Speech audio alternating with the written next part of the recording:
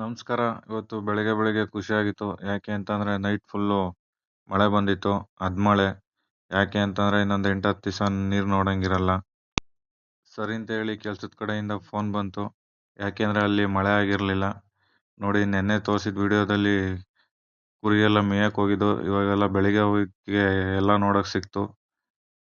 ಕುರಿ ಶೆಡ್ಡು, ಆಡು, ಹಸುಗಳು, ಸೀಮೆ ಹಸುಗಳಿದ್ದಾವೆ ಒಂದು 3, ನಾಟಿ ಕರುಗಳಿದ್ದಾವೆ, ಎಮ್ಮೆ ಐತೆ, 2 ನಾಯಿ ಸಾಕೊಂಡವ್ರೆ, ನಾಟಿ ಕೋಳಿ ಇದ್ದಾವೆ. ಎಲ್ಲ ಸೂಪರಾಗಿ ಸಾಕೊಂಡವ್ರೆ ಇವರು. ಈ ಥರ ಬದುಕೋದು ಸಾವಿರಾರು ಜನದ ಕನಸು. ಸರಿ ಅಂತ ಕೆಲಸ ಸ್ಟಾರ್ಟ್ ಮಾಡಿದ್ವಿ. ಗಾಡಿ ಎಲ್ಲ ರೆಡಿ ಮಾಡ್ಕೊಂಡಿದ್ವಿ. ಲೋಡ್ ಮಾಡಿಸ್ಕೊಂಡು ಹೊರಟೆ. ಅಷ್ಟೊತ್ತಿಗೆ ತಿಂಡಿ ಕರಿತಾ ಇದ್ರು. ತಿಂಡಿ ಬಂದಿತ್ತು. ತಿಂಡಿ ತಿನ್ಕೊಂಡ್ವಿ. ನೋಡ್ರಿ, ಒಂದು ಅವ್ರದ್ದೇ ಆಡಿನ ಮರಿ ಆಗಿತ್ತು. ಒಂದು 10-15 ದಿವಸದ್ದಿರಬೇಕು. ಎಷ್ಟು ಚೆನ್ನಾಗಿ ಆಟ ಆಡ್ತೈತೆ.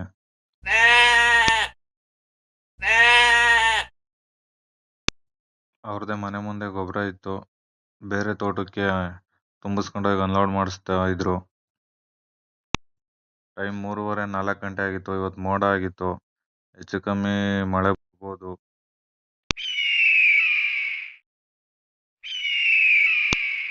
ಈ ರೋಣ್ಗಲ್ಲು ವಿಡಿಯೋ ಏನು ಮಾಡಕ್ಕೆ ಮಾಡಿದ್ದೀನಿ ಅಂತಂದರೆ, ಮುಂಚೆ ರಾಗಿ ಎರಿಯಕ್ಕೆ ಮಾಡ್ತಾಯಿದ್ರು. ಈ ರೋಣ್ಗಲ್ ಬಳಸ್ತಾಯಿದ್ರು. ಈ ಎತ್ತುಡ್ಬಿಟ್ಟು ರೋಣ್ಗಲ್ಲ ಕೊಟ್ಟರೆ ಈ ಹೆಲಿಕಾಪ್ಟ್ರು ಹೊಡೆಯೋ ಫೀಲ್ ಆಗ್ತಿತ್ತು ಅವಾಗ. ಇವಾಗ ಯಾವ ವೆಹಿಕಲ್ ಹೊಡೆದ್ರೂ ಆ ಫೀಲ್ ಆಗಲ್ಲ.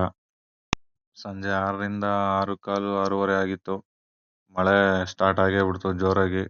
ನಾನು 3 ಗಂಟೆಗೆ ಹೇಳ್ತಾ ಇದ್ದೆ ಮಳೆ ಬರೋಂಗೆ ಆಗೈತೆ ಅಂತ. ಫುಲ್ ಮಳೆ, ಗಾಳಿ ಮಳೆ. ಲೈಟಾಗಿ ಆವಿನ ಕಲ್ಲು ಬಿದ್ದು.